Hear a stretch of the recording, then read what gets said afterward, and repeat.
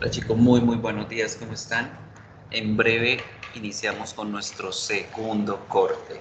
¿Listo? Vamos a esperar como siempre 2, 3 minuticos más para poder iniciar la clase y arrancamos. Van revisando el material, vayan mirando como de qué se va a tratar el tema. Si tienen preguntas o dudas acerca de las notas hasta el momento, vayan escribiéndome en todas esas inquietudes y ahorita en breve comenzamos.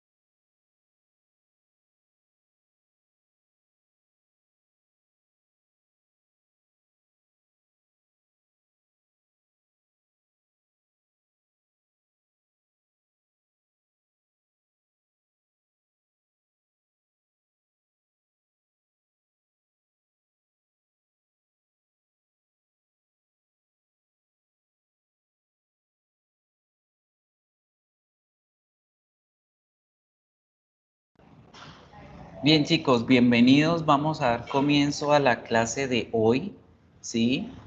Este va a ser nuestro segundo corte. Recuerden que este segundo corte, al igual que en el primero, vamos a tener el porcentaje de evaluación dividido en dos. En la mitad del porcentaje lo va a otorgar las 5 o 4 actividades que tengamos como tareas y las otras, el otro porcentaje, la otra mitad, lo va a representar el componente del parcial. ¿Listo? De esa forma vamos a tener la división de nuestro segundo corte que corresponde al 35% de la asignatura.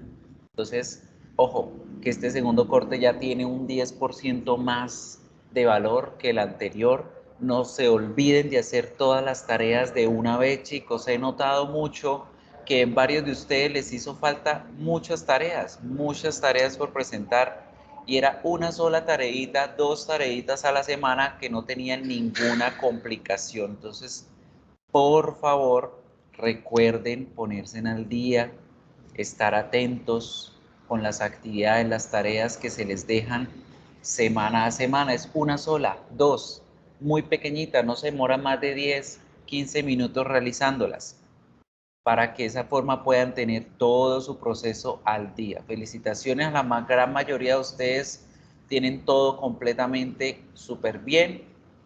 María Fernanda Sánchez, si me estás escuchando en este momento, escríbeme por mensaje en bandeja de entrada qué pasó con esa actividad que te quedó pendiente por realizar, a ver si la podemos hacer.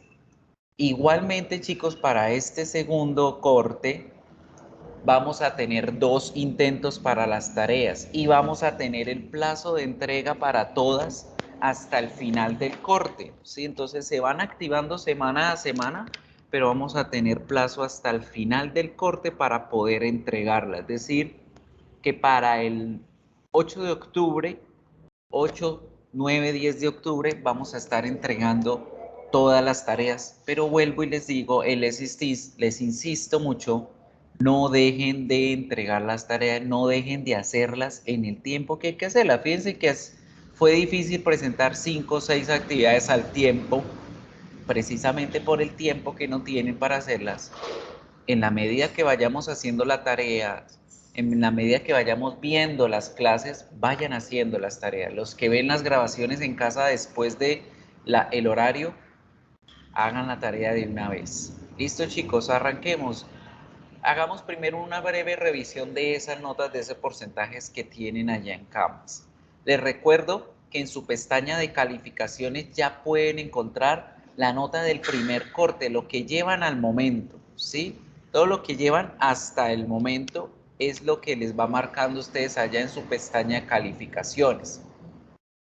Recuerden que este porcentaje por acá, con el permiso de Daniel Nicolet, este porcentaje es el promedio que lleva hasta el momento de la asignatura, ¿sí? Entonces, felicitaciones a los que en su promedio ya van pasando, los que no, ojo, pilas, pilas. Natalia Estefanía, Durley, Yolanda, no mentiras, Durley, Natalia Estefanía, pilas con ese porcentaje, estamos muy poquito de pasar. Recuerden que el mínimo es 3, todo lo que no entiendan, las actividades que se les dificulte, para eso tenemos los espacios de tutoría. Para preintermedio están los jueves de 8 a 10 de la mañana. Si no pueden en ese horario, escríbame por bandeja de entrada, profe, no puedo en ese horario, me puede explicar esta situación, no entiendo esto, hablen para que puedan sacar adelante este proyecto de inglés. Recuerden que las tareas tienen 2 intentos. Si en el primero les fue mal, analícenlo, estudienlo, revisen qué fue lo que pasó, miren la grabación de la clase y hagan el segundo intento, pero no se queden con esa notica baja y no se queden con las dudas. ¿Listo? Si quieren saber cómo van ya en su porcentaje, recuerden dirigirse a la pestaña de calificaciones. En la parte superior derecha ya pueden encontrar la nota promedio que llevan hasta el momento. ¿Alguna pregunta referente a los temas anteriores, referente a las notas que tienen?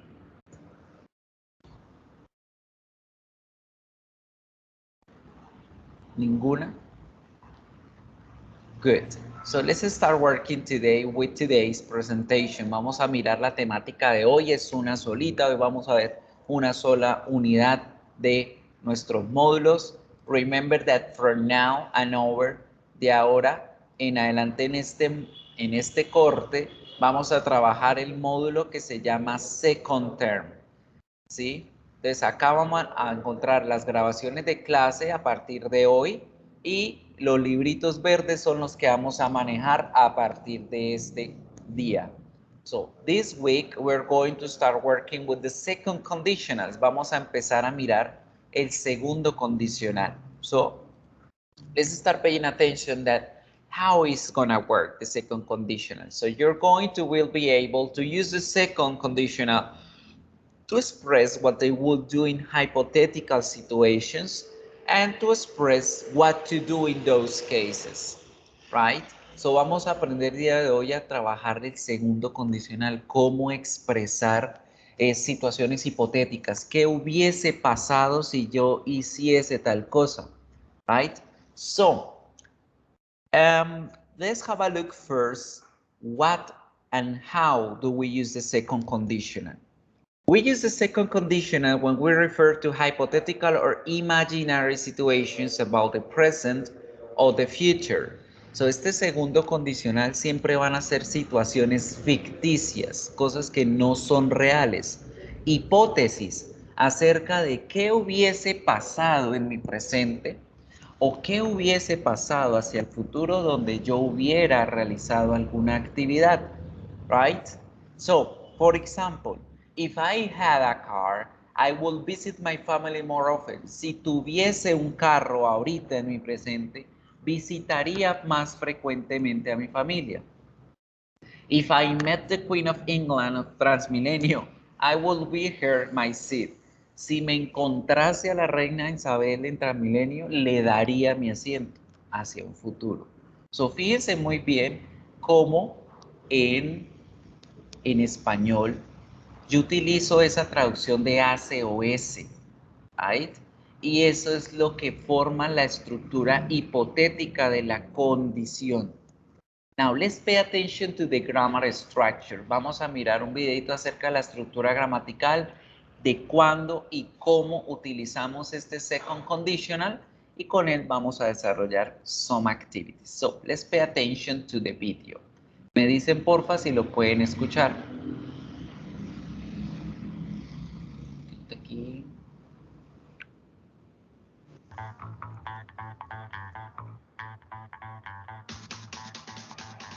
¿Sí pueden escucharlo? Sí, señor. Listo, vamos a prestar atención. Vamos a prestar atención a las actividades, a las acciones, a lo que representan allí en el video para ir analizando esas situaciones hipotéticas y cómo decirlas en inglés. How can you give advice about not eating that? Do you say, if I were you, I wouldn't eat that? Or, if I was you, I wouldn't eat that? So, si yo fuera tú, no me comería eso. Si yo fuera tú, no me comería eso.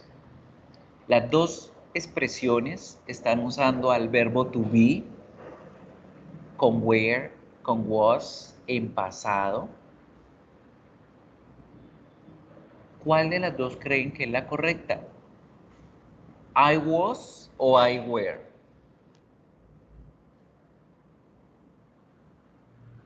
Tell me.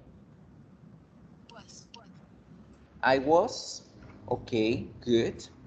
So, first thing to know, primera cosita que debemos saber, es que vamos a utilizar al verbo to be con la estructura where para todos los pronombres, solo y exclusivamente en esta situación, cuando estamos hablando de una situación hipotética. La regla en pasado simple me decía que yo debía utilizar el was con I, con he, con she, con it, y el where con los demás pronombres. Pero en este momento yo voy a utilizar el where con todos los pronombres porque no estoy hablando del pasado simple, estoy hablando de una acción hipotética en mi presente. So, una característica que debo tener en mi cabeza muy clara es que en el segundo condicional yo voy a utilizar los verbos en pasado simple, pero no voy a estar hablando del pasado. Voy a estar hablando de una situación hipotética en mi presente. Miremos cómo. Which is correct? Of course, if I were you, I wouldn't eat that. That is correct. But why? At school or in grammar books, you are normally taught the following rule. Dame un segundito, voy a volver a... He was, she was, it was, and we were, you. A minimizar un poquito porque no lo escucho muy bien yo.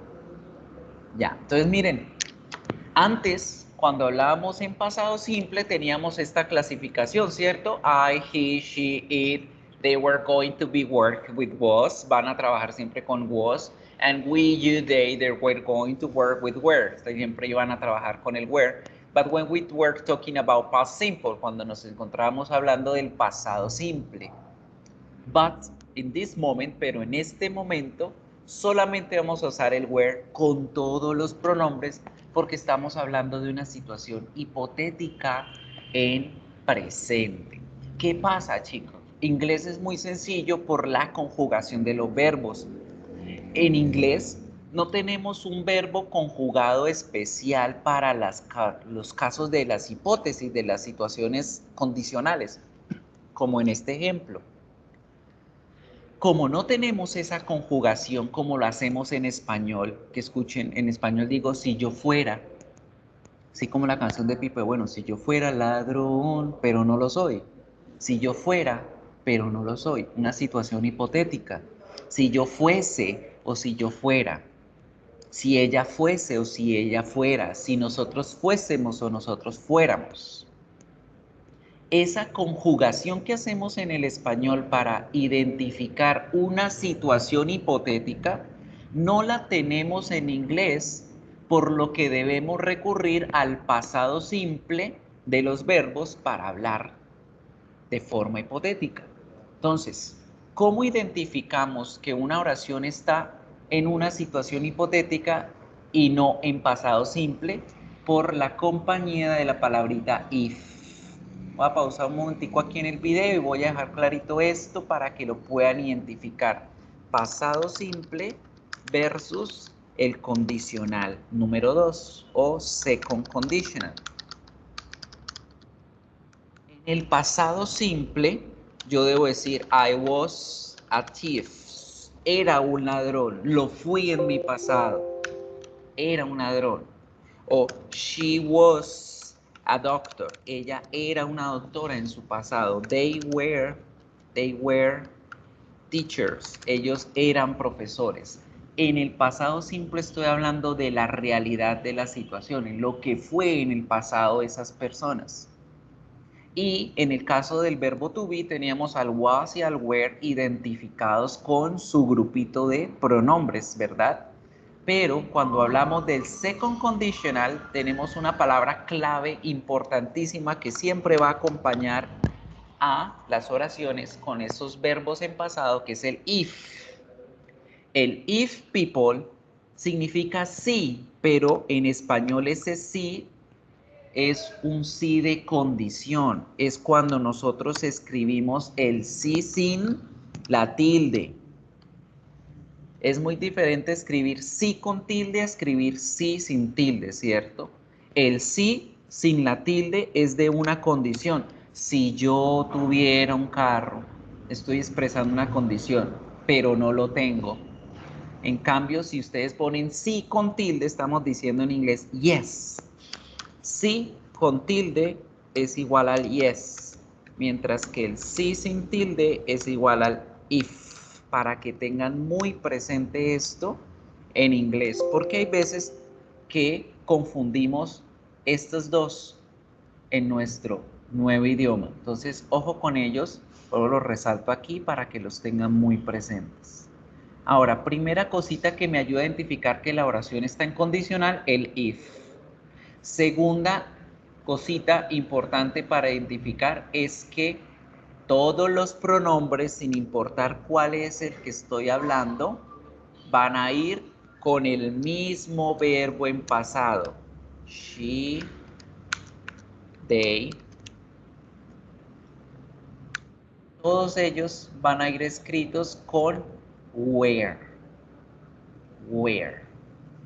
¿Por qué? Porque es una forma nueva de utilizar el verbo para hablar de una condición. Cuando ustedes vean que diga I were o she were, no están hablando de que fueron o de que ella fue o que él fue o que yo fui en el pasado. Van a estar hablando de una acción hipotética, no real o imaginaria en el presente. Si yo fuese, si ella fuese, si nosotros fuéramos o fuésemos, ¿cómo se conjuga? ¿Ahí? Entonces, primera cosita importante para identificar que el was y el were se transforman ambos al were cuando hablamos del condicional. ¿Y cómo sé que estoy hablando de un segundo condicional, de una acción imaginaria? Porque tenemos a la palabrita if acompañándome la oración. Right? Let's continue with the video. You were, they were. This is correct when we're talking about the simple past tense, which is used when we talk about something that started and finished in the past.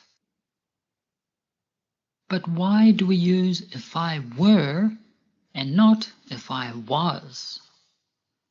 The reason is because the sentence is in the subjunctive mood, which is used to talk about hypothetical situations. Cuando nosotros hablamos de una situación imaginaria, de algo que no pasó o que no ha pasado, pero yo me imagino qué resultado hubiésemos tenido donde esa acción hubiese ocurrido en mi presente, hablamos de un modo subjuntivo, hablamos de una situación hipotética. Y esto es una condición que es contrario a lo que es la realidad. Y es ahí donde hablamos nosotros de una segunda condicional o de una oración en segunda condicional. This is a condition that is contrary to fact or reality. So if I say, if I were you, I wouldn't eat that, the fact is, I am not you. Contrary to reality, I am not you. So cuando decimos en la oración, if I were you, I wouldn't eat that, usamos el I were you porque estoy diciendo que si yo fuese tú, es una situación hipotética. Si yo fuese tú, pero no lo soy, no es la realidad, por eso decimos I were you. No me comería eso que te vas a comer. Estoy representando esa condición de esa oración. I'm talking about the hypothetical situation of me being in your position. If I were you is mainly used when giving advice about what you imagine you would do in the same position or situation of the other person. So tenemos uno de los primeros usos de el segundo condicional para dar un consejo. Yo utilizo la expresión if I were you, si yo fuera tú, ¿cierto? En la vida real nosotros usamos el si yo fuera tú para darle un consejo a la persona, ¿verdad? Si yo fuera tú, estudiaría más para ese parcial. Si yo fuera tú, me le declararía a esa persona. Si yo fuera tú, aprovecharía la oportunidad, ¿right? Estamos imaginándonos a nosotros mismos en la posición o en la situación de esa otra persona, por eso utilizamos el segundo condicional para brindarle un consejo, ¿get? A una situación hipotética. If I were you, I wouldn't eat that. That is my advice. Look at some more examples. If I were you, I would study more. This is my advice for you. And you've come to the right place. Notice how a comma is necessary after the first part of if I were you. The next example. Now, fíjense en cómo cuando utilizamos las dos oraciones, en la primera oración estamos utilizando el verbo to be, para decir si yo fuese tú, si nosotros fuésemos tú, si ella fuese él, como en la canción de Beyoncé, If I Were a Boy, si yo fuese un muchacho, dice ella. Si yo fuese un muchacho, yo orinaría de pie, yo iría a rumbas, si yo fuese un muchacho, pero no lo soy. Como, tipo, bueno, si yo fuera ladrón, me robaría tus besos, pero como no lo soy, no lo hago. Situaciones hipotéticas. La primera, chicos, la que dice el if, es la oración que me está dando a mí lo que estaríamos haciendo en el presente, lo que hubiese ocurrido en el presente. Y la segunda, que va con el would, me va a dar como el resultado o la consecuencia de hacer la primera acción. Entonces, estudiando la estructura gramatical, miremos muy bien cómo se escriben los condicionales, ¿right? Entonces, la estructura gramatical es if más el pasado simple de cualquier verbo, porque no solamente vamos a poder usar el was o el were en este caso, sino poder usar cualquier otro verbo, que ya vamos a mirar otros ejemplos. Le debemos poner una coma a esa oración para poder poner la oración condicionada o como la conclusión o la consecuencia de la acción primera. Y esa acción condicionada va con el modal would. Resulta, chicos, que este modal would en Spanish doesn't mean anything. Esa palabrita would es un verbo modal como los que aprendimos, como el must, como el have to. Pero este modal would no tiene una traducción como tal al español. Lo que hace ese would es convertir a los verbos que lo acompañan en una terminación de ia. Y ese ia es lo que representa que la acción está condicionada. Entonces miremos aquí en el paint. Ya miramos una cosita del where, que esa es la primera parte de la oración. Right? Entonces todo esto representa la qué, la situación imaginaria en el presente. Entonces, esta primera partecita la llamamos la imaginary situation, la situación imaginaria. A esa situación imaginaria yo le ubico una coma antes de ponerle la conclusión o la consecuencia o la oración condicionada. ¿Sí? Y esa oración condicionada va a ir con el modal would. ¿Cómo va a ser la estructura? Vamos a utilizar al sujeto, ya se las pongo aquí, sujeto, más el modal would, sea positivo, sea negativo, más un verbo. El verbo que fue consecuencia o que fue condicionado por esa primera acción. Entonces, una oración de ejemplo. Si yo fuese millonario, if I were rich. Si yo fuese millonario, coma, ¿qué pasaría? A ver, ¿quién me regala una oración como esa? Si ustedes fueran millonarios, si ustedes fuesen millonarios, ¿qué harían? ¿Quién me regala una oración para completarla? En español, no importa. Si fuesen millonarios, ¿qué harían ustedes?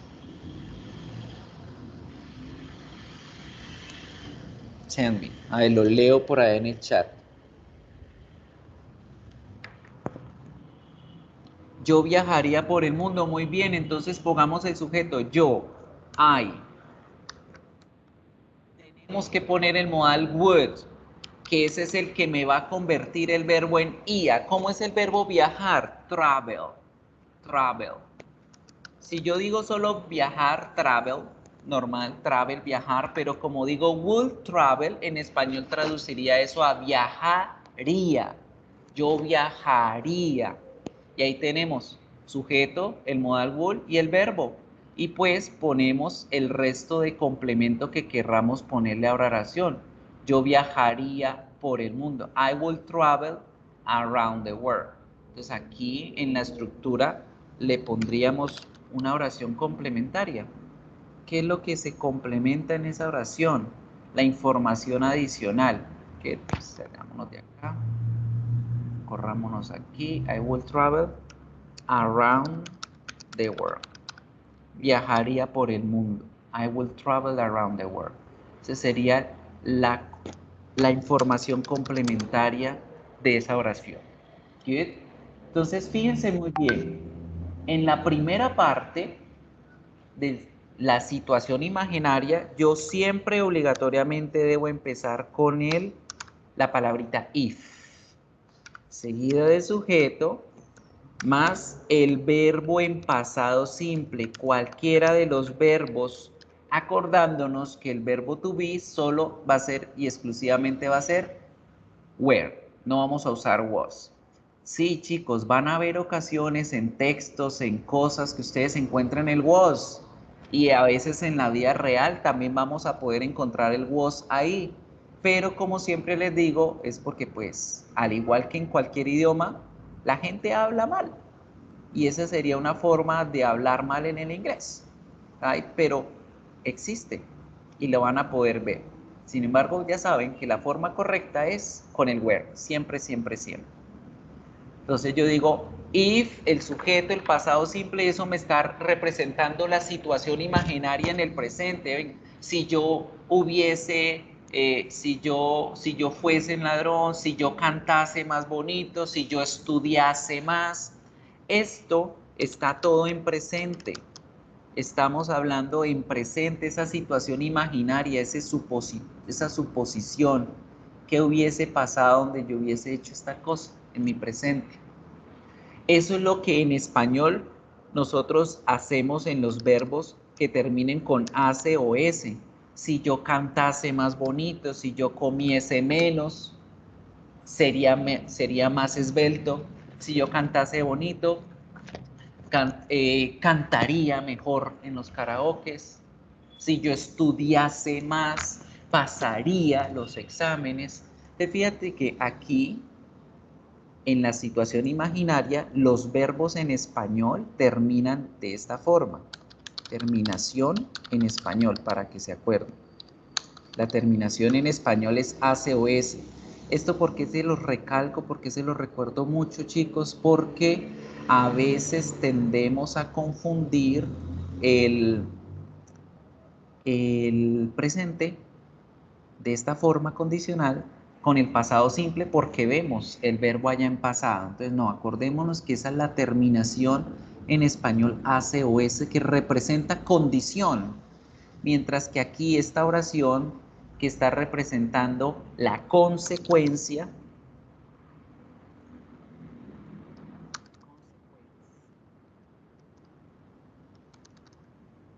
o la condición, esa en español, ¿cómo es que termina? Ya les había comentado cómo es que termina esta terminación de los verbos en español. En IA, muy bien, en IA, en IA. ¿Por qué terminan en IA? Porque el modal would significa eso. Would hace que se conviertan los verbos a IA en español. Por eso yo digo viajaría, comería, cantaría, soñaría, etcétera, etcétera. Entonces, esa es la estructura como tal que vamos a utilizar para hablar de nuestro segundo condicional. Sigamos viendo el video. Any questions so far? ¿Alguna pregunta hasta el momento, chicos? ¿Todo claro? ¿Van entendiendo? Good. Yes, teacher. Let's continue. Example, if I were you, I wouldn't do that. Notice how would in the second part can also be in its negative form, wouldn't. You can also change the order of the sentence by starting with I would or I wouldn't. So, fíjense que el negativo del would va a ser wouldn't. Al igual que el must, el would es el que va a llevar la partícula negativa. Entonces, en esta oración estamos diciendo, si yo fuera tú o si yo fuese tú, no haría eso. I wouldn't do that. Entonces ya sabemos desde ya que el modal would en positivo y en negativo va a ser su propio auxiliar. Wouldn't. No haríamos lo que vamos a decir a continuación. Wouldn't. Ahora, hablando de la estructura oracional, al igual que cuando vimos los marcadores de discurso, ¿se acuerdan? Resulta, chicos, que el if también es un marcador de discurso y nos está hablando de un discurso condicionado. Entonces, en las oraciones yo puedo jugar a usar primero la situación imaginaria seguida de una coma y la condición o consecuencia después, o puedo hacerlo al revés sin necesidad de poner la coma. Yo puedo trabajar con ambas estructuras como yo lo quiera hacer. Yo puedo decir if, vamos a copiarlo acá, if she, seleccionar, if she were rich, si ella fuese rica, coma, she would travel around the world. She would travel around the world. Vamos a corregir la oración. Si ella fuese rica, coma, ella viajaría alrededor del mundo. She. Ahí. Si ella fuese rica, ella viajaría alrededor del mundo. Good. Y aquí en medio de las dos oraciones debemos poner una coma. Pero nosotros podemos empezar las oraciones al revés, podemos empezar diciendo esa condición, eso que hubiese pasado, esa consecuencia. Ella viajaría alrededor del mundo si fuese rica, y en este caso no necesitamos poner la coma porque el if me representa a mí un marcador de discurso que conecta a las dos oraciones. ¿Right? Entonces, si el if va en el medio, no necesitamos poner la coma. Si el if empieza la oración, debemos poner la coma en ese caso. Get? So, let's keep on that. Tengan en cuenta ese detallito. La comita solo aparece cuando el if está al principio. Si el if lo encontramos en medio y la oración que lo acompaña está al final, no necesitamos poner la coma. Plus the verb, and then the last part of if I were you. I would go to the doctor if I were you. Notice how, with this order, we do not use a comma. I wouldn't go there if I were you. Notice how we can also start with the negative wouldn't. Can if I was ever be correct? Yes, though the sentence is not in the subjunctive mode, but the indicative instead. Let's compare. If I was sick, she would give me medicine that tasted terrible. This sentence is in the indicative mode. Indicative means it states facts or asks questions.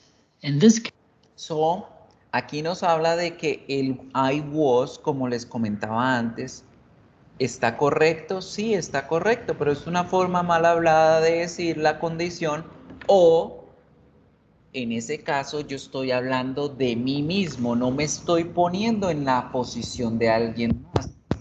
¿Sí? Ejemplo, María está enferma. Entonces yo le digo a ella, María, si yo estuviese enfermo, yo iría al hospital. Vamos a hacerlo aquí en Paint para que miren cuándo es que pueden utilizar el was y cuándo es que se puede utilizar con where. Vamos a guardar primero esta para tenerla ahí presente y vamos a mirar los dos casos.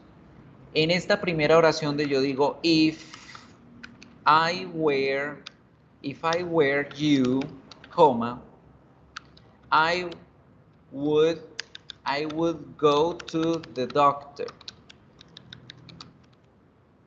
Si yo fuese tú, yo iría al médico, le estoy diciendo a ella, le estoy dando un consejo en este caso, ¿sí? Yo le estoy diciendo, oye, ve al médico. Si yo fuese tú y me viera así de enfermo, yo iría al médico. Estoy dando un consejo. Pero si ustedes ven que la oración dice, if I was sick, I would go to the doctor. En esa situación ustedes la van a poder ver correcta porque no se trata de que yo me estoy poniendo en posición de otra persona, sino que estoy diciendo, si yo estuviese enfermo, pues yo iría al doctor. Entonces, las dos situaciones están bien, aunque en la primera ustedes vean where y en la segunda vean el was. Entonces, ¿cómo identificar cuándo poner where, cuándo poner was? El where se usa cuando ustedes van a ponerse en los zapatos de otra persona, ¿sí? Cuando ustedes se ubican en la posición de otra persona. Si yo fuese alguien más. Pero cuando ustedes ven que la oración dice was, es porque están hablando de ustedes mismos. Se está hablando de sí mismo. ¿Ahí? Esa es la pequeña diferencia que tenemos cuando vemos el was o el were. Y en otras situaciones, cuando ustedes vean que diga if I was you, esa sería la forma mal hablada del idioma. Pero también podría estar bien. Solo que nosotros estamos aprendiendo a hacer las cosas correctamente, ¿cierto? So, attention on that. Mucho ojo también a este contexto. Recuerden que en inglés todo se trata de contextos y hay que entenderlos para no confundirnos. ¿Qué? Case, if can be replaced by whenever. If I was sick, or whenever I was sick. If I were sick, I wouldn't be here right now. This sentence is in the subjunctive mode. Subjunctive means it is hypothetical or not real. Entonces, para que aprendamos vocabulario un poco técnico, indicative mood, el modo indicativo representa un hecho real o cuando yo me refiero a una hipótesis propia. Estoy hablando de mí, no de alguien más. Y cuando hablamos del subjunctive mood, estamos hablando de una situación hipotética o no real o cuando yo me pongo en los zapatos de alguien más. Right? I'm not sick, but I'm imagining this hypothetical situation. If I were you, I would subscribe to the Woodward English YouTube channel.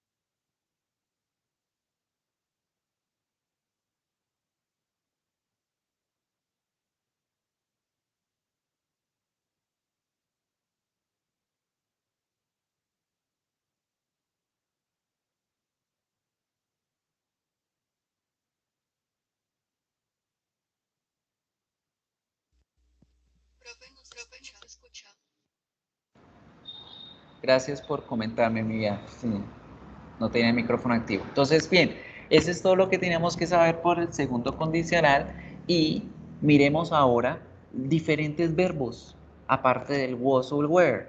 Ya vimos que con was o were podemos usarlo dependiendo de esos contextos. Ahora, para todos los demás verbos, ustedes saben, y ya lo vimos el corte pasado, past simple is the same for everybody. El pasado simple es el mismo para todos, ¿cierto?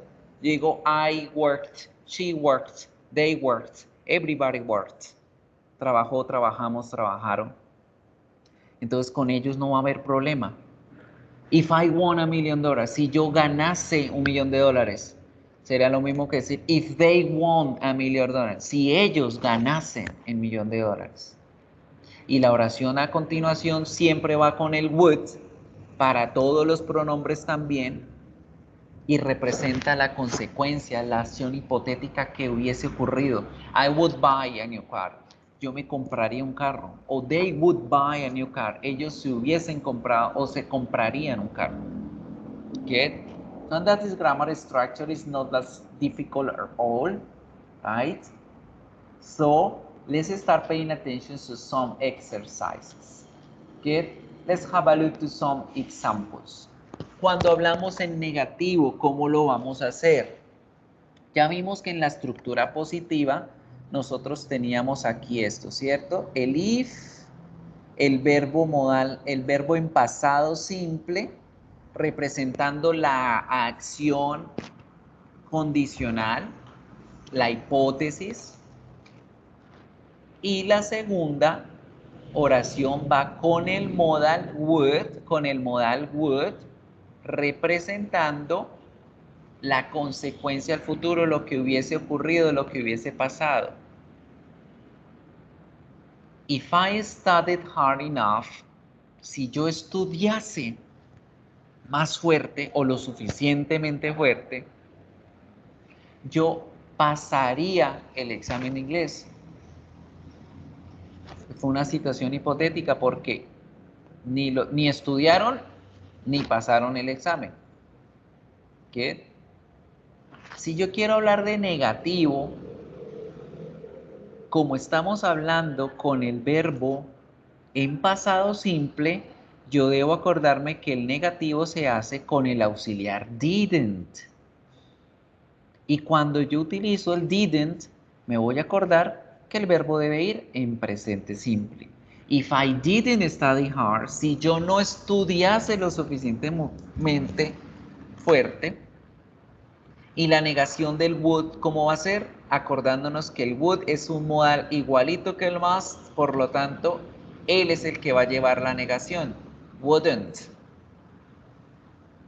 If I didn't study hard, I wouldn't pass the exam. Si yo no hubiese estudiado lo suficiente, no hubiese pasado el examen. Entonces, fijémonos, en ambas situaciones, en positivo o negativo, estoy hablando de situaciones hipotéticas o imaginarias de lo que pasase o no pasase y las consecuencias de ello. Right? Now let's pay attention to some more examples about it. Let's have a look about this. Quiero que miren estas dos imágenes. Ahí están hablando de lo que hubiese ocurrido en mi presente. ¿Quién me regala la consecuencia o la condición, la oración condicionada? If I won the lotto, si yo ganase la lotería. If I got lost in another country, si yo me perdiese en otro país, ¿qué pasaría? ¿Quién me la regala? ¿Qué pasaría? Tell me.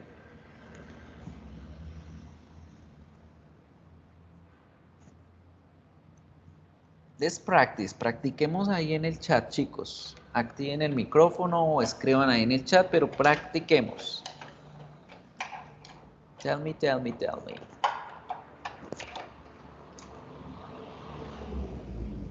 What will happen? A ver, ¿quién me las dice? Vamos a pegarlas aquí.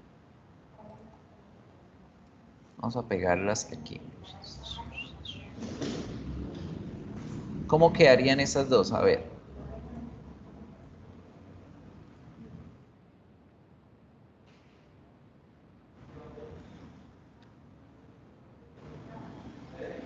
What would you do in these situations?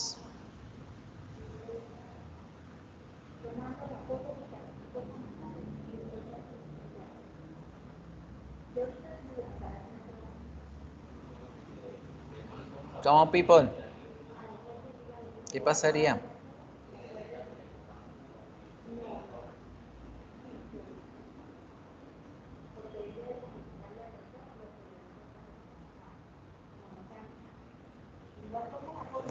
If I won the lotto, if I got lost in another country, a ver qué dicen por acá en el chat. I would bought a big house. Que vamos a copiar el de Danet y vamos a analizar un poquito esa oración, Danet, para que mucha atención a lo que escribiste. If I won the lotto, I would bought a big house. ¿Qué hay que corregir en esa oración? Listo, ponemos la coma, importantísimo separar con coma, ¿verdad? Pero ¿qué debemos corregir en esa segunda oración? ¿Quién me dice? If I won the lotto, I would bought a big house. ¿Qué pasa, Danet? Debemos poner el verbo en presente. Acuérdate que con would, el verbo aquí debe ir en presente simple, porque es un verbo modal y los verbos modales no permiten que los verbos cambien, ¿sí? Así como vimos con el must y con el have to, que poníamos el verbito al lado tal cual lo conocemos en presente, aquí hacemos lo mismo. Entonces el verbo debe ir en presente siempre. Siempre después del would, el verbo va en presente. Entonces diríamos, if I won the lotto, I will buy a big house. I will buy a big house. Good? So, ¿quién me regala la otra oración? If I got lost in another country, si me perdiese en otro país, ¿qué pasaría? If I got lost in another country, ¿qué pasaría? A ver, ¿quién me la dice?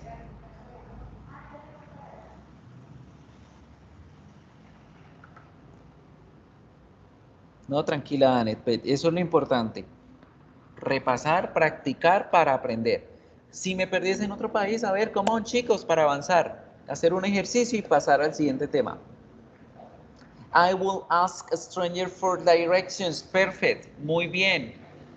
Muy bien, Nicole. Entonces, si yo me perdiese en otro país, pues yo le preguntaría a un extraño, a una persona, direcciones. I will ask a stranger for directions. Muy bien. So, remember, acuérdense, claves importantes. Con el if vamos a tener el verbo en pasado. Con el if va el verbo en pasado. Y con el would va el verbo en presente. Con el if, el verbo en pasado. Con el would, el verbo en presente. Get?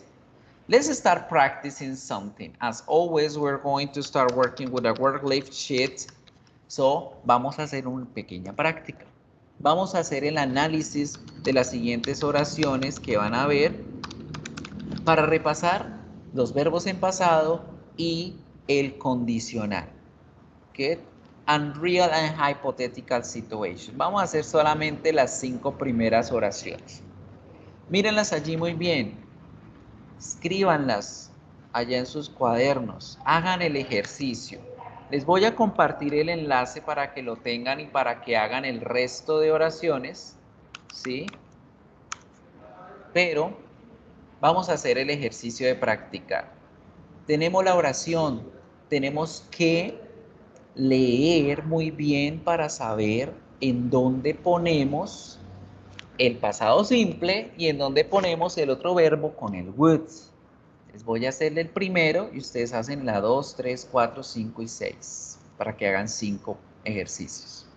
Miremos, if Linda here, si Linda here y me dan el verbo to be entre paréntesis, tengo el marcador if. Eso quiere decir que el verbo to be lo voy a escribir ¿cómo? ¿Cómo escribo el verbo to be ahí? ¿Escribo is o escribo was o escribo were? ¿Va En en presente. presente? ¿Va en presente o en pasado? Ojo. If. If. En Siempre. pasado. En pasado. Muy bien. Bien, Joan. Bien tú. Siempre que vemos el if, debo acordarme inmediatamente que el verbo lo debo ver en pasado. Si Linda estuviese aquí, if Linda were here, estoy seguro que ella nos ayudaría. Entonces, como hicimos ese help, le debemos poner el would y ponemos el help, tal cual. ¿Right? Entonces, lo mismo deben analizarlo. A ver, 5 minuticos para hacer esas 5 otras oraciones, la 2, 3, 4, 5 y 6. Let's do it. Vamos a hacer la práctica. Mientras tanto voy a descargar la asistencia y voy a revisar la asistencia acá. ¿Listo? 5 minutos.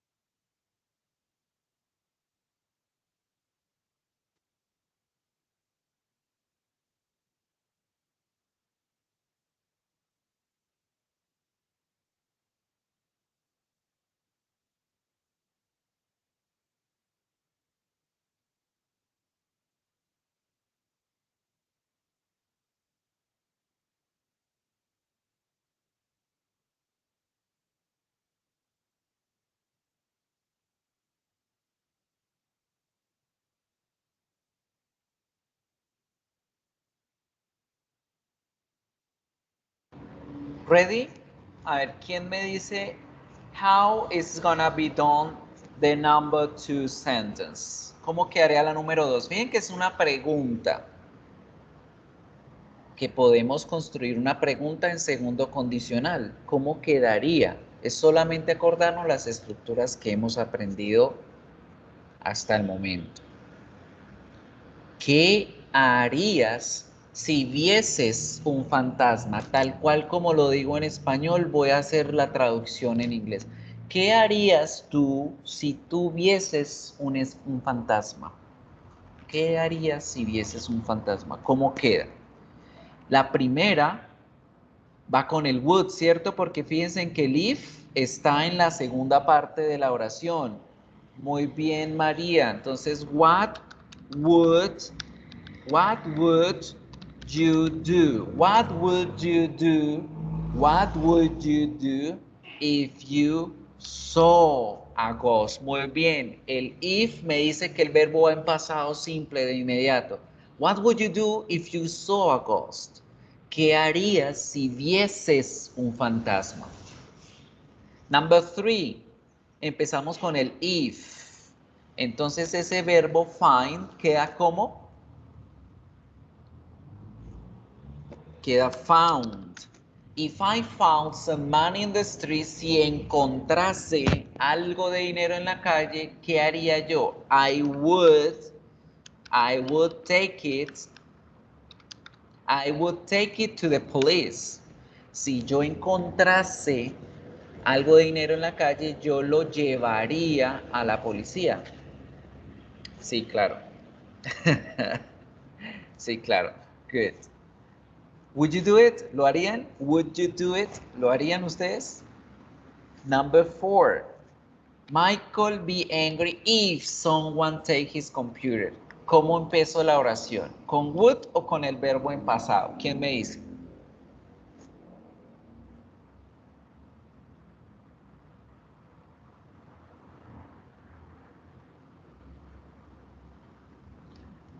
¿Cómo quedaría?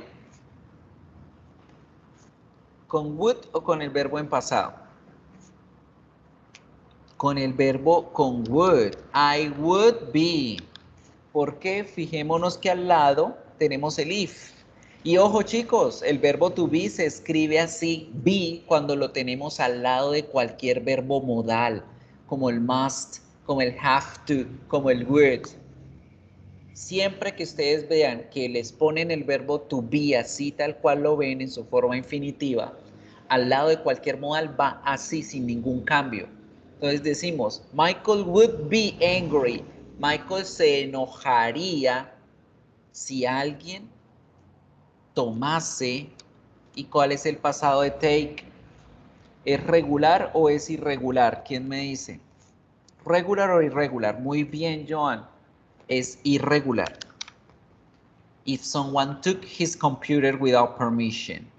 Michael would be angry if someone took his computer without permission. Michael se enojaría si alguien tomase su computador sin permiso. If we catch, if we didn't catch, si nosotros no tomásemos el bus de las 9, no llegaríamos, would arrive too late. No hubiésemos llegado, no llegaríamos tarde. Si no tomásemos el bus de las 9, nosotros no llegaríamos demasiado tarde. Would. O nosotros llegaríamos demasiado tarde. ¿Cuál de las dos? Aquí mucho cuidado chicos, cuando hacemos las oraciones en negativo, debemos entender el contexto para saber si la acción en consecuencia va a ir también en negativo o va en positivo. ¿Cuál creen que ustedes que es? ¿Positive o negative? Si yo no tomase el bus de las 9, ¿llegaría tarde o no llegaría tarde?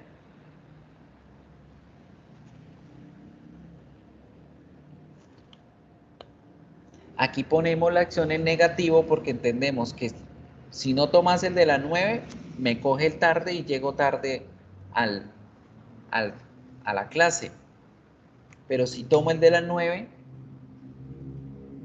llegaría tarde? ¿O cómo es? ¿Quién me dice?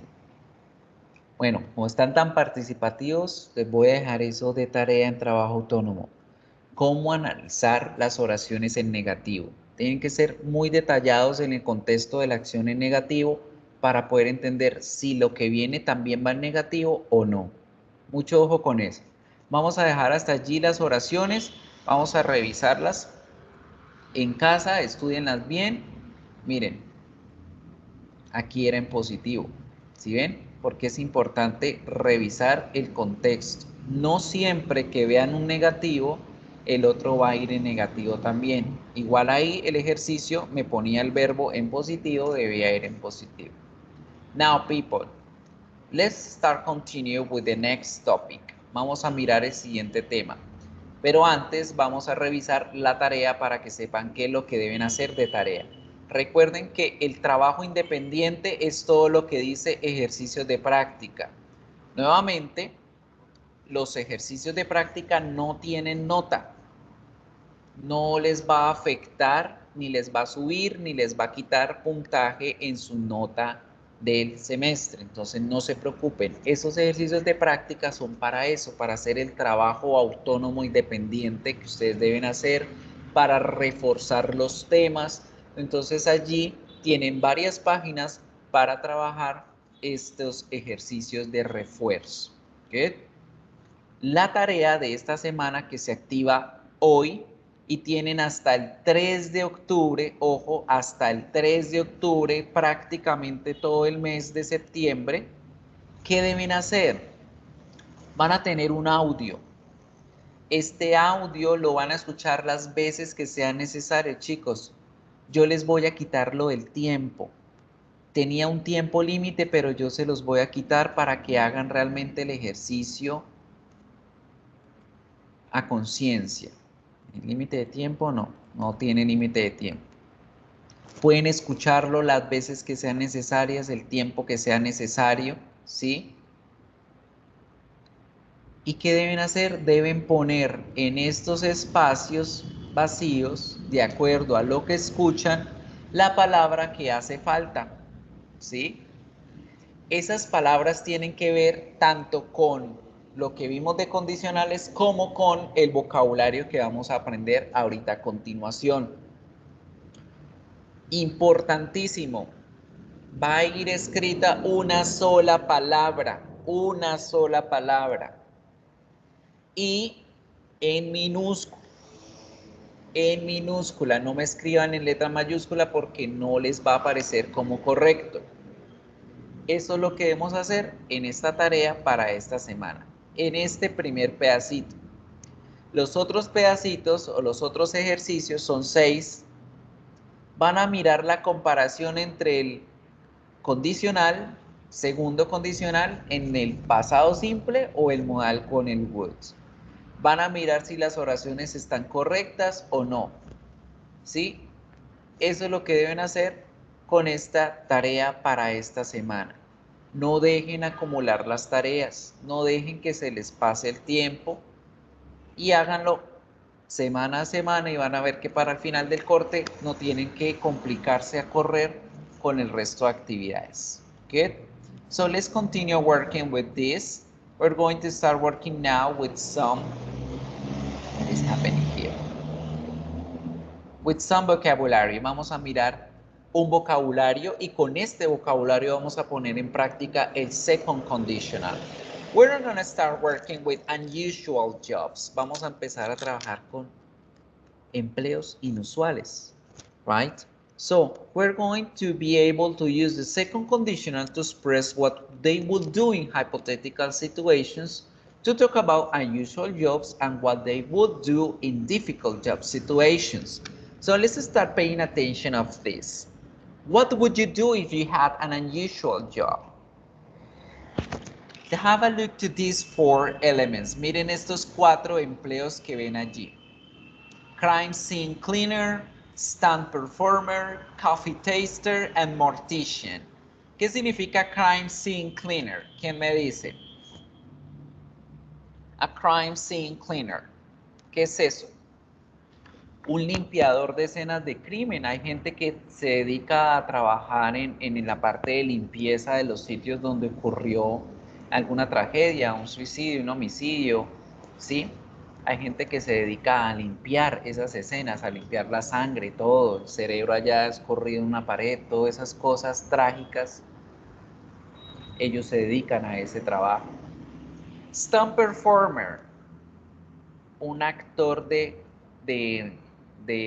perdón, un actor de acción I forgot how to say that in Spanish. ¿Cómo decimos eso en español? El que reemplaza en las escenas a los actores reales.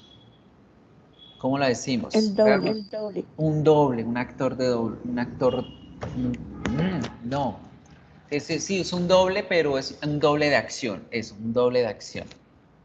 Un doble de acción requiere bastante riesgo, ¿cierto? Necesita hacer lo que el actor principal no haría, que meterse en una explosión, que una pelea, todas esas cosas. Coffee taster, un probador de café. A mortician, ¿qué es un mortician?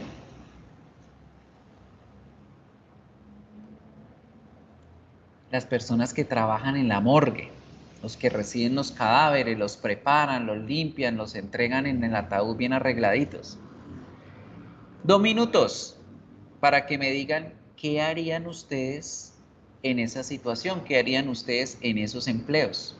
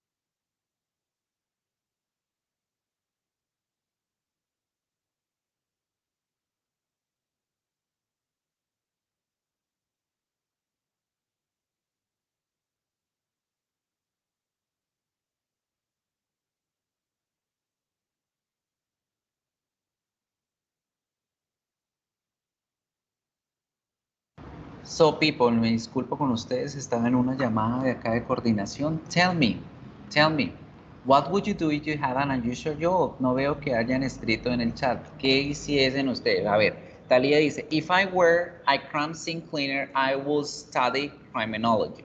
Ok, good. Pero ya hablemos como tal del trabajo, de lo que debiéramos hacer.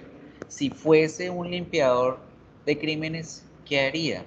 ¿Qué me tocaría hacer? ¿Qué tendría que hacer en el trabajo? What would you do? Pero perfecta esa oración. Right? So keep in mind these 4 statements. Ojo con estos 4 trabajos inusuales, les van a aparecer en su parcial de segundo corte. Va a ser vocabulario con el que vamos a trabajar.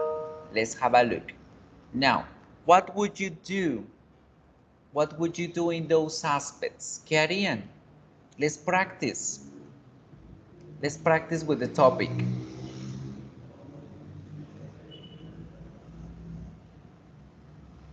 What would you do?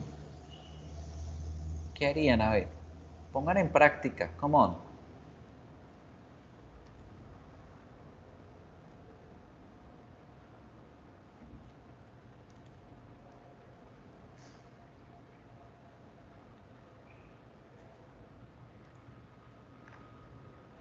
So, while you were watching, we're going to watch some unusual jobs. Mientras escriben los ejercicios, así como Talía en el chat, vamos a revisar algunos unusual jobs around the world. Vamos a mirar esos empleos alrededor del mundo que son un poco improbables. Y ustedes me van a crear oraciones con estos trabajos. ¿Qué harían ustedes con estos trabajos? From milking. Let's have a look. So please copy down porque voy a tener en cuenta la participación. Try to copy down. Me dicen si pueden escuchar el audio y vamos a mirarlo, vamos a tomar apuntes de cuáles son esos trabajos inusuales. Vamos a mirar varios. Good. Vamos a ver 11 y ustedes van a tomar apuntes de 5 de los que más les llamen la atención. 5 that you find out the weirdest. 5 de los que encuentren los más extraños. ¿Y qué harían ustedes con esos 5? Let's do it. Snakes to eating dog food, here are 11 of the weirdest jobs in the world.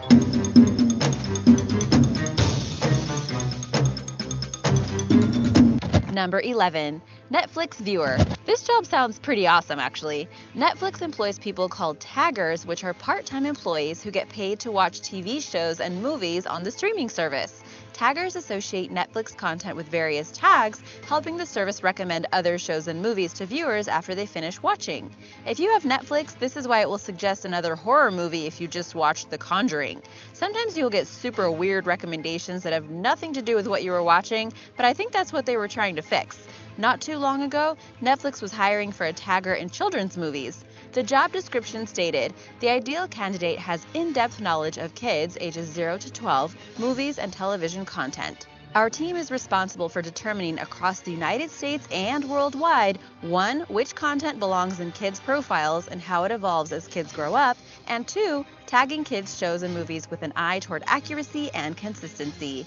The jobs are also listed as remote, so you can watch them from the comfort of your own home. Apparently, it's extremely competitive to be a tagger. Are you interested? Number 10, drying paint watcher. There is probably nothing more boring than watching paint dry, but there is an actual person who does this for a living. For example, there was an article about a man in the UK who spends his days painting sheets of cardboard to test how long new paint mixes take to dry and watching for changes in color and texture. In fact, this man has had this job for over 30 years and states that he has yet to get tired of the task. While it is described as the most boring. So let's stop first. Miremos primero el primero que vimos. What does that job? ¿Cuál es ese empleo que vimos? El empleo que quisiéramos tener mucho, ¿cierto? ¿Cuál es? Tell me. Que les pagan por ver Netflix. Les pagan por mirar Netflix todo el día, les pagan por estudiar cuáles son las series más vistas, las que más gustan, qué recomiendan, qué no recomiendan. Good. So, ¿qué harían ustedes si fuesen catadores de Netflix, por decirlo así. Siguiente empleo. Drying paint watcher. Job in the world, it is also extremely important. As the man states, the people who buy the products want paint that is going to dry quickly, and his job is to make sure this happens. Professional paint watchers can make anywhere from $40,000 to $60,000 a year. Pretty weird, huh? I wonder how you get recruited for that. Number 9. Segundo empleo. Un observador de pintura.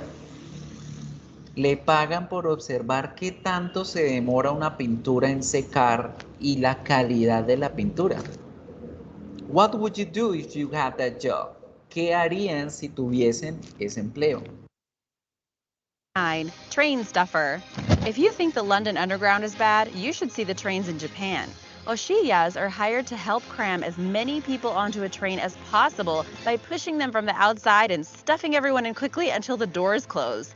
Their job is literally to make sure the train is fully utilized. There is an art to this. In fact, there are videos on YouTube of people in white gloves helping to stop people from falling out, especially during peak hours. If you live in a large city and have taken public transportation, you might actually appreciate this. They generally work during the morning and evening rush hours, and if you look at images floating around the internet, you will see people crammed right up to the door. They are literally touching the door, and it looks like they're barely able to move until the doors open at the next stop. What it was that one? ¿De qué se trató esta? A ver, díganme ustedes. The train stuffer. What is the train stuffer? A ver, ¿quién me dice? Come on, people. Are you watching the video or not? What was that, the train stuffer? Ese último que pasó. ¿Qué es ese empleo? ¿Qué hay que hacer en ese empleo? Say it in Spanish, don't worry. Exacto. Imagina que a usted le dijeran, ustedes que viven en Bogotá, necesitamos personas que empujen a la gente adentro del Transmilenio. Ese es ese empleo. ¿Qué harían ustedes con un empleo de esos? Un embutidor de gente. Good. Number 8. Golf ball diver. Golf ball divers do exactly as their name suggests, dive for golf balls.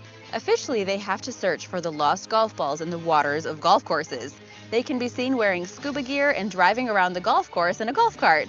It is stated that around 2,000 to 5,000 balls can be collected by a golf ball diver every day. Some people get this job by starting their own business, while others work under another company. In fact, over the past couple of decades, golf ball retrieval and recycling has become a multi-million-dollar industry in which hardworking divers can earn between $50,000 and $100,000 annually, depending on the economy and a diver's stomach for harsh conditions. They usually only get paid a few cents per golf ball they retrieve, but they have to have a lot of skill. The lakes and ponds and other bodies of water on golf courses can be pretty dangerous.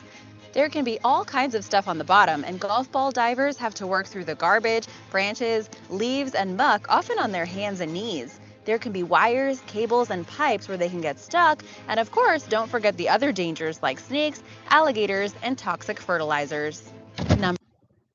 So, este empleo is a little bit more difficult than the others, right? Más difícil, más complicado que los otros.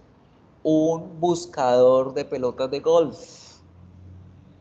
En los lagos, ¿qué harían ustedes? Me dijeran, no, yo le pago porque me busque las pelotas de golf ahí en este lago. El problema es que hay serpientes, hay cocodrilos, hay infecciones. What would you do? ¿Qué harían? Number 7. Professional sleeper. A hotel in Finland hired a member of staff as a professional sleeper to test the comfort of their beds. This person sleeps in a different hotel bed every night and writes a review about her satisfaction with each one. Sounds kind of fun, right? The rest of the day, you can just hang out at the hotel. And there are several other professional sleeper jobs as well for research on the human body. However, it might not all be as glamorous as you might think. For example, professional sleepers are often hooked up to a lot of machines, so your heart rate and brain activity can be recorded. Scientific studies will pay depending on what type of job you do. For example, a professional sleeper for a hotel gets paid about $1,000 a month, but of course, your nightly stay and other amenities are included. You might be able to make double or triple that amount if you take part in a study, and it depends on how long it lasts and how invasive it might be. Dormidores profesionales, imaginen No solamente que le paguen por probar colchones, sino que le paguen porque los dejen estudiar a ustedes mientras duermen. ¿Qué harían ustedes con ese empleo? What would you do with that kind of job? Tell me. Number 6. Professional mourner. It is a tradition in Southeast Asia and many other parts of the world that a loud funeral will assist the dead as they travel to the afterlife. Professional mourning is a growing industry. Most recently, London has seen a huge boom. A mourner who was asked about his job said that people like me get hired to play the part of mourners at funerals and wakes for any number of reasons. Maybe the family is worried about embarrassingly low attendance, or they want to make their deceased parent seem more important. I guess it's true, people want to keep up appearances, even at a funeral, and if there aren't many people there, it could be pretty embarrassing. Professional mourners have also gone on to say that they are like actors because they have to play different characters depending on the type of personality or career the person had. Like wedding crashers, but they were actually invited. They also end up doing some research on their own time and will even learn how to play different sports in order to fit in with the family and participate in any activities. Number 5. This one is really funny. If you're a forever alone person, si eres una personita así forever alone y sabes que estás próximo a morirte, tú contratas a una persona que vaya y te llore en el funeral. Esos son los mourners. Les pagan por ir a los funerales a llorar, a hacer el drama. No, ¿por qué se murió ese? What would you do with that job? ¿Qué harían ustedes con ese empleo? ¿Cómo lo harían? I want you to write. Quiero que escriban allá, comenten, ¿qué harían ustedes con estos empleos? What would you do it? 5. Odor judge. Odor judges often test the effectiveness of odor-reducing products. This is a very particular job because you are literally smelling people or things all day long. You need to have an excellent nose and be able to handle smelling things like people's armpits. Possible employers include manufacturers of products designed to reduce, mask, or eliminate odors. This could be anything from deodorant to Febreze and how they work under different conditions. The salary in this field ranges from $19,000 to $52,000 a year, varying with experience and seniority. Other than an obvious job like an armpit sniffer, whose job is to make sure that the deodorant will work once it hits the shelves, another example of an odor judge is a paper towel sniffer. Paper towel companies want their products to be odorless. The human nose can determine if there are any smells coming from the towel before, during, or after its use. So you can kind of be as creative as you want. Number 4. A really easy job. Trabajo muy fácil, ¿cierto? Odor judge. Un juez de aromas, un juez de olor. Lo ponen a usted a oler sobacos, a oler todo eso, a ver, a juzgar si el desodorante bueno, cuánto dura, etc. 4. A snake milker. This one sounds really weird, but it's not exactly what it sounds like since snakes don't produce milk, clearly. The job of a snake milker is to collect the venom of poisonous snakes in jars for use in antivenoms and other medication. It's a tough job, but somebody's got to do it. With over 2,000 different kinds of snakes on Earth, about 400 of them are venomous and might be useful for all kinds of scientific research. To milk the snake, you grab it from behind the head in such a way to expose its fangs, which probably makes it kind of mad. The snake is then encouraged to bite down on a special container which collects the venom that drops from the fangs.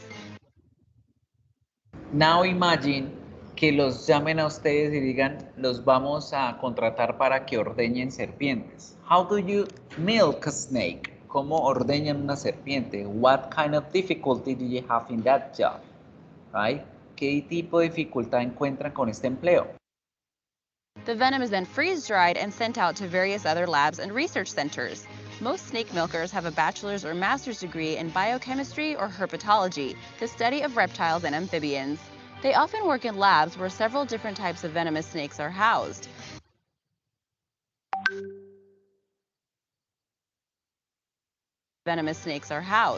This job is extremely dangerous since they are basically making the snakes angry and stressing them out all day long. At any moment, the snake could lash out and attack the snake milker. However, many claim that it is an extremely rewarding job because the venom has helped create antivenoms and medications that are saving lives around the world. Number 3. Fart smeller. Believe it or not, there are people out there being paid to smell others' farts and diagnose physical health based on their various odors. It is a very serious job. And not only that, it pays well, with reports of professional fart smellers in China being paid up to $50,000 per year in US currency. By picking up on traces of sweet, savory, bitter, and even meaty aromas, these brave anal analyzers are allegedly able to identify illnesses and pinpoint their location in the body. To even be considered as a fart smeller, you must be between the ages of 18 to 45. You must be free of any nasal impairment or disease and refrain from all smoking and alcohol. So now imagine that you're not only going to be an odor judge, but a fart smeller. No solamente lo van a contratar para oler sobacos, sino para oler pedos. ¿Qué harían ustedes? What would you do in that kind of job? ¿Qué harían ustedes en ese trabajo? Right? Fíjense que no pueden fumar ni tomar alcohol. Tienen que mantener una vida saludable para poder ser un analista de pedos. Because of this, you can find out diseases, pueden encontrar enfermedades de acuerdo al olor del peo. So, what would you do in that kind of job? Humans aren't the only ones that can be professional fart smellers. Dogs, for example, have been trained to detect the presence of prostate cancer from smelling patients' urine samples. In another study, dogs were able to identify the stool samples of colorectal cancer patients with 97% accuracy. Number 2. Worm picker. Have you ever gone to a convenience store to pick up some worms before a fishing trip? If you have, you can thank a worm picker for this convenience. Worm pickers work at night and during rainy days to look for worms and sell them to fishermen in markets worldwide. With the help of a headlamp, they look for worms that have come to the surface to eat or mate. On a decent night, they hardly have to move more than a yard to grab about 50 worms. Worm pickers say that you have to move very slowly but react quickly to grab a worm before it gets back in its hole. Sometimes they have their own worm farms, which makes picking them even easier. The amount of So, this kind of job is easy, right? And also weird. No es tan raro este tipo de trabajo. Es recolectar gusanos. Good. But what would you do? ¿Cómo lo harían? ¿Qué harían ustedes with this job? money a worm picker makes per night pretty much varies. Of course, it depends on the number of worms they pick, but on a good night, they can make up to $600. However, in some places, they make an hourly rate. In Canada, they can make around $13 an hour. Number 1. Dog food taster. So one thing is eating a dog biscuit by accident, but it's a whole other thing to eat dog food on purpose. But there are actually real professional dog food testers, and yes, this is their daily job. In fact, they make around $40,000 a year testing the quality and taste of pet food. The dog food tester's job is to taste new dog food products, including bones, tinned meats, and biscuits. The trick is they don't actually swallow the animal food. They taste it and then spit it out, like at a wine tasting. They do this to test for flavor and texture in comparison to rival dog food brands and human food. However, their days do not just fill up with testing dog or other pet food. Most days they're writing reports and thinking of new ideas on how to put a nutritional spin on a new line of food. The requirements for this job include being a methodical thinker who appreciates details, a creative person who can think outside the box, and a person who will give honest, constructive feedback for how to improve a product in preparation for it being sold. You obviously also need to be comfortable with the idea of putting dog or cat food in your mouth and chewing on it for an extended period of time. Thanks for watching. Be sure to subscribe and I'll see you next time. So people, what is gonna be done with this? Ya vimos 11 tipos de empleos extraños. What is the idea of you? Remember that you're going to pick 5 of them. Escogieron 5 de los más raros, de los que les parecieron más interesantes. Now you tell me what would you do with those jobs? A ver, ¿quién activa el micrófono y quién me regala oraciones? In second conditional, tell me what would you do if you had that job? ¿Qué hicieran? ¿Qué harían si tuviesen esos empleos? I listen. Los escucho. Los leo. Come on.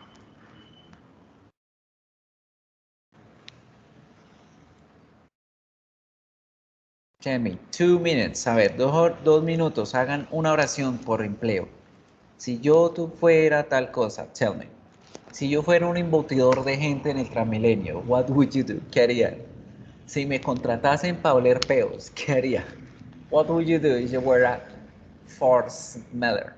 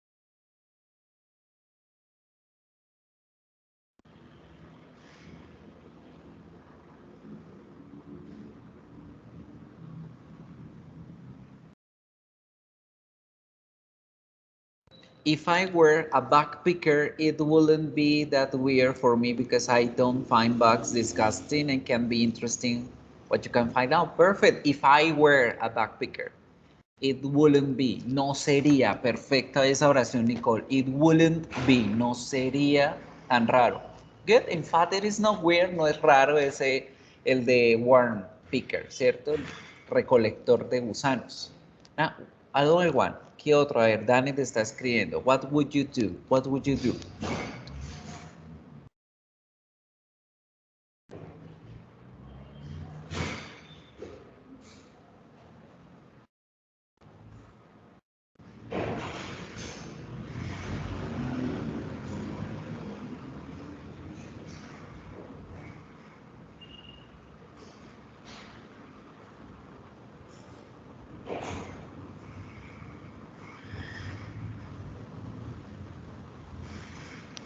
Come on, people. So, let's wait for the two that are writing. Vamos a leer los dos últimos que están escribiendo. Y esa es toda la sesión que tenemos para hoy. Mientras ellos terminan de escribir, let's remember to do your homework. Por favor, hagan las actividades, hagan las tareas que tenemos. Solamente es una para esta semana. Los que tienen casos especiales, las dos chicas que comenté que van flojitas, ojo, escríbanme en a Canvas para mirar cómo podemos solventar las notas. La idea es que siempre tengan en contacto conmigo. Recuerden, los jueves de 7 a 9 de la mañana tenemos, mentiras, de 8 a 10 de la mañana tenemos las tutorías. El espacio se encuentra en el módulo de foros. Ahí dice la página tutorías. Conéctense a esos espacios. Si no pueden conectarse, escríbanme por Canvas, pero mantengan ese contacto conmigo, chicos. Si ustedes están en otros niveles conmigo, como básico 2, básico 1 o inicial, también encuentran los espacios de tutorías para ellos. Y podemos trabajar en un solo de esos espacios todas las tutorías de todos los niveles, no pasa nada. Leamos, aquí Danet dice, if I was professional sleeper, I would be more happy because I love to sleep. Entonces acuérdate que después del would debemos poner el verbo, ¿cierto? Would be, sería más feliz. Would be more happy. Good. And, bueno, eso lo vamos a ver más adelantico, pero sería happier, para que suene mejor. Good. I would be happier because I love to sleep. Love to sleep. Perfect, people. So that's it. Vamos a dejar la clase por hoy hasta acá. Nos vemos la próxima semana. Hagan la única actividad que tienen. Repasen muy bien. Miren que el segundo condicional es súper sencillo. Es una situación hipotética de lo que vemos ahora, que no hicimos y qué pasaría si lo hiciésemos. Good. So, see you next time. Nos vemos la próxima semana and do the homework. Bye, bye. Bye, teacher. Goodbye, people. Bye, teacher. Ya ahorita en breve les subo ahí en anuncios el material que trabajamos el día de hoy.